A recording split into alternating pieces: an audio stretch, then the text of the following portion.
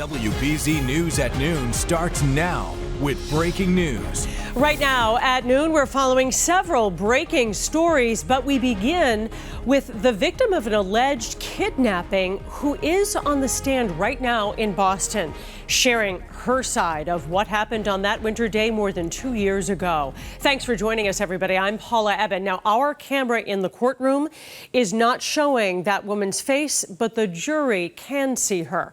WBZ's Nick Giovanni shows us how she recalled being kidnapped and then held hostage for days. Day 3 of the trial against Victor Pena got underway inside Suffolk Superior Court Wednesday. Taking the stand, the woman who Pena is accused of kidnapping and raping back in 2019. The alleged victim told jurors about the night she went missing. She said she had gone to a house party, then to Hennessy's bar near Quincy Market. Described herself as tipsy at the time after having a few drinks. Her last memory of that night, dancing in the bar. The next thing she said she remembered was waking up on a bed in a room she did not know, naked the next morning. I tried to get up and get out. What happened when you started to get up? A man's arm came over and stopped me. She told jurors Pena threatened to kill her multiple times. And then she says he raped her. I didn't want to die, so I just let him. She said Pena told her he rescued her the night before, saved her from getting frostbite, and talked about wanting to have a family together. At one point, the alleged victim told jurors she tried to get into her bag, grab her keys. She said Pena saw, threatened her again, then raped her again. She was found alive inside his Charlestown apartment 3 days after she went missing. Reporting in Boston, Nick Giovanni, WBZ News. Now, the alleged victim is still testifying right now, and you'll hear what she had to say, more of that tonight on WBZ News starting at 5 o'clock. Also breaking, Wilmington police are trying to track down a hit-and-run driver who seriously injured a pedestrian. Now, this crash happened near Nichols and 5th Streets just after 7 o'clock this morning. That's right by the Billerica and Tewksbury town lines. If you know anything, you're asked to give Wilmington police a call. We also have breaking news in Texas, where Uvalde's top school official just recommended the firing of Police Chief Pete Arredondo. The chief has faced mounting public pressure over what investigators have found was a deeply flawed response to the mass shooting that killed 19 students and 2 teachers in May. The school board will hold a special meeting this weekend to consider the recommendation. Now to our next weather alert for heat. We have a live look at the Zachem Bridge right now. Boston is still under a heat emergency. Temperatures are climbing into the 90s for a second straight day, and we are headed right for a heat wave. Let's get to meteorologist Sarah Rubleski. It is steamy and uncomfortable out there. Absolutely. You need 3 days of 90-degree heat or higher to make it an official heat wave, and we are on our way, already touching 90 in many spots, especially north and west of the city, 90 in New Bedford. And then you add that humidity, the dew points in the upper 60s, even low 70s, and it feels like it's in the mid 90s in Boston and Taunton and Providence as well. And this is why we do have a heat advisory in effect until 8 p.m. tonight, and then again tomorrow from 11 to 8 p.m. for the entire area here, shaded in orange. You just want to take precautions, take plenty of breaks, find some shade and AC, and make sure you're staying hydrated if you do have to be outside. It's pretty clear out there, although we're noticing a few clouds. There may be an isolated shower. Really, that's it. Otherwise, we're looking out to the west, a cold front. This is going to be our next weather maker. As we get into the day tomorrow, we're going to be watching for the threat of some scattered showers and storms, and there is the chance that we could see some strong to severe storms with damaging winds, a heavy rainfall, lightning, and even some rotation. It doesn't cool us down. The heat continues as well. In fact, we're looking at a prolonged period of 90-degree temperatures all the way through the weekend. We'll take a closer look at when we'll finally break this heat and time out that risk of storms for tomorrow coming on up. Paula? Ooh, that'll be good. All right, Sarah, thanks. Along with Sarah, the entire WBZ weather team is carefully monitoring this extreme heat. You can get the latest next weather weather forecast by downloading the CBS Boston app. Also breaking right now, President Joe Biden is about to leave Joint Base Andrews, headed here to New England. We have a live picture there of the tarmac, and there is Marine One. Air Force One is expected to touch down at TF Green Airport in Rhode Island in just about an hour. After Mr. Biden lands, the president will make his way to the old Brayton Point power plant in Somerset, and there he'll talk about the climate crisis.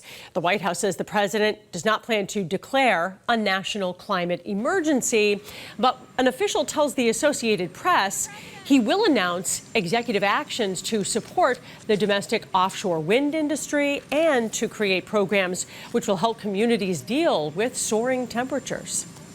The announcement today is going to be about making the case that climate change is an emergency, outlining actions that we're going to be moving forward over the coming weeks.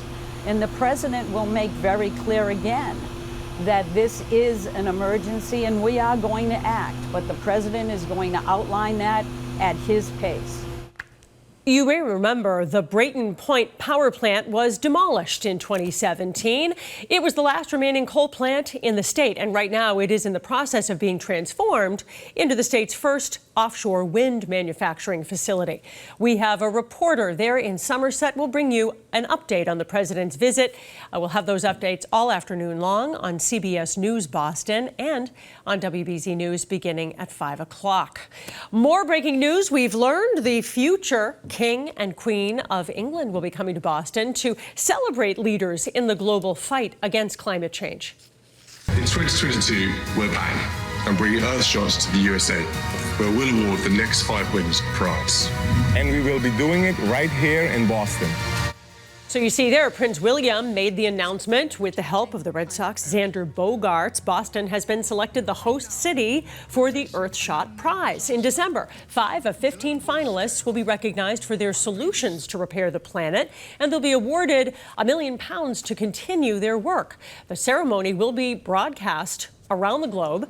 The British Consul General's office confirms that both the Duke and Duchess of Cambridge, Kate Middleton, will be here in Boston for this big ceremony. The Earthshot Prize was inspired, by the way, by the moon landing, which was 53 years ago today. Of course, President Kennedy called for a moonshot, and the Apollo 11 spacecraft touched down on this date in 1969 with astronauts Neil Armstrong, Buzz Aldrin, and Michael Collins on board.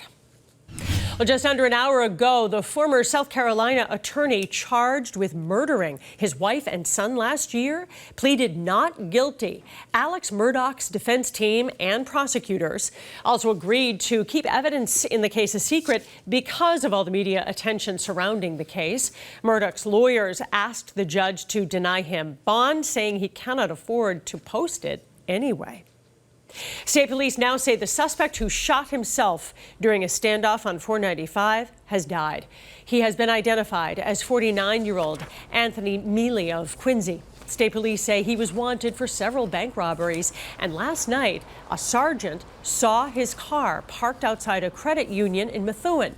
Police followed him and eventually pursued him until he pulled over on 495 and held a gun to his head. State police say they spent 2 hours trying to get Mealy to surrender before he took his life. He died at Lawrence General Hospital. We have some new information about a shooting in Roxbury. Boston police say a woman was hit by gunfire on Blue Hill Avenue just after 11:15 last night. She was taken to a hospital with injuries which are not considered life-threatening, but so far no arrests have been made.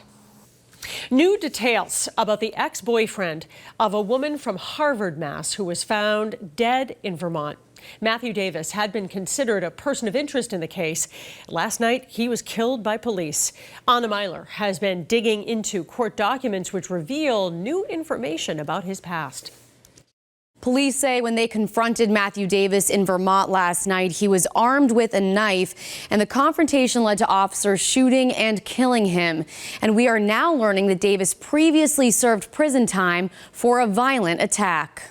Family and friends light candles, pray, and comfort each other at a vigil for 23-year-old Mary Anderson, who was found dead Tuesday morning. Me as a mom, to know that You know, whatever she's experienced these last 4 days, just heart-wrenching because she was alone. Mary's mom is shattered. Her daughter had been missing since Saturday when she was last seen with friends in New Hampshire. She never made it home to Harvard, Massachusetts. Police say her body was found in her pickup truck in Brattleboro, Vermont. Devastating news. 11 months ago, I lost my son to another tragedy. And my 2 children and I are trying to cope with this. Police put out an alert for Mary's ex-boyfriend, 34-year-old Matthew Davis of Fitchburg, Massachusetts, calling him a person of interest. I know when they broke up, it was a rough breakup. He didn't want it.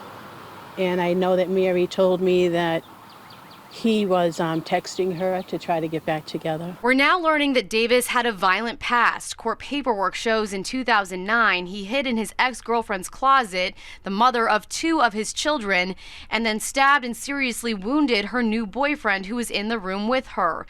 Davis was convicted of the crime and served prison time. Officials have not yet said how Mary died. Mary's mom says her focus is on remembering her daughter and staying strong for her family. Matt's not my focus. My children, my 2 surviving children are my focus right now, to get them past this devastating event. An autopsy is being conducted today to determine exactly how Mary died. Anna Myler, WBZ News. In Westport, the literal fork in the road at the intersection of River Road and Old Harbor is missing. Police say someone stole it. If you know anything, call Westport Police. The Mega Millions jackpot is growing again. No one matched all 6 numbers in last night's drawing to claim the $555 million prize, but someone in New Hampshire did win $1 million. Not bad.